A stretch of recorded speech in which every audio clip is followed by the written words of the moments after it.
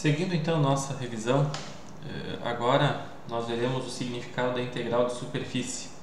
Então, dado um campo vetorial contínuo numa certa região do espaço, contendo essa superfície S aqui, então nós temos uma superfície, nesse caso uma superfície aberta, a integral de superfície aberta ou o fluxo, esse é o significado dessa integral, através de S é definido como, então aqui a letra φ é o fluxo, integral de superfície, integral dupla, porque nós precisamos integrar ao longo de duas variáveis espaciais, a escalar de S.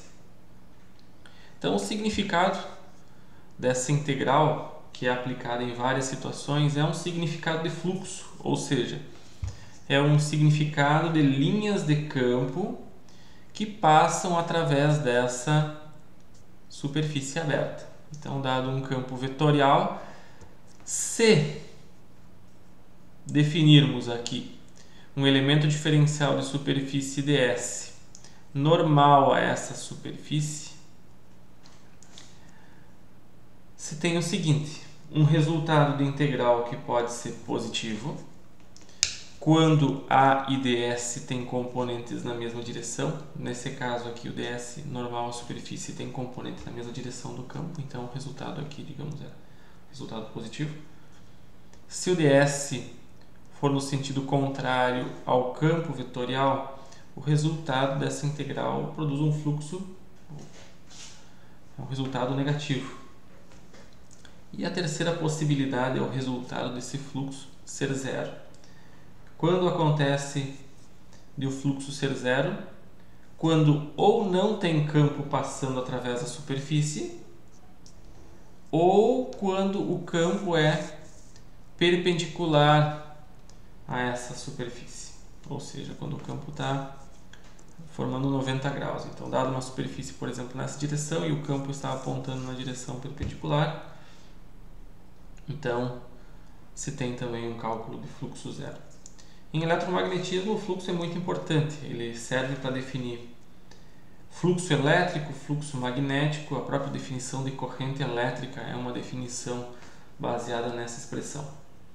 Outros exemplos de fluxo, por exemplo, um exemplo mais simples é o fluxo de água em um cano. Então, se nós temos a velocidade da água em uma certa seção transversal de um cano, e se nós integrarmos ao longo da seção transversal, se tem o que?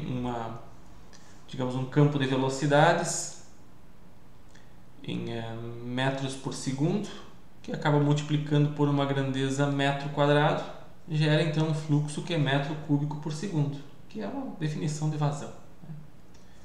A vazão, por exemplo, estimada de um rio pode ser medida em função da velocidade da água ao longo do perfil do rio e calculando, então fazendo-se uma aproximação por uma integral, por uma soma, que também se tem esse valor de aproximado de vazão de um rio. Então o fluxo é uma grandeza matemática, mas que tem significado físico. E nós veremos várias situações onde nós temos esse tipo de cálculo. Lembrando que aqui é um fluxo através de uma superfície aberta. Nós temos também a possibilidade de ter um fluxo através de uma superfície fechada. A única diferença, pelo menos em termos da simbologia, é esse círculo aqui na integral que representa então superfície fechada. Então, a forma de cálculo é muito parecida, só a questão dos limites de integração aqui que vão realmente definir se a superfície é aberta ou fechada.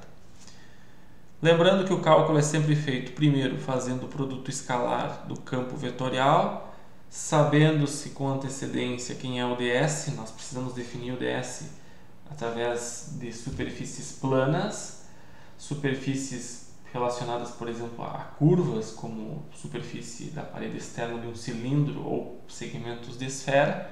Então nós precisamos parametrizar adequadamente esse ds. E basta olhar lá nas tabelas de integração, de fórmulas, desculpa, quais são os elementos diferenciais aqui para se utilizar na integração. Tá? Então, dependendo do sistema de coordenadas, vamos escolher os DS adequados, calcular o produto escalar e a partir disso então calcular esses fluxos. A seguir eu quero fazer alguns exemplos relacionados a cálculo, como se calcula isso, e tanto a integral de linha quanto a integral de superfície, como a integral também de volume, que nós vamos ver a seguir, tem uma relação muito próxima com o divergente e o rotacional dos campos vetoriais. Então, nesse caso, essa operação aqui tem proximidade, tem relação com a divergência de um campo.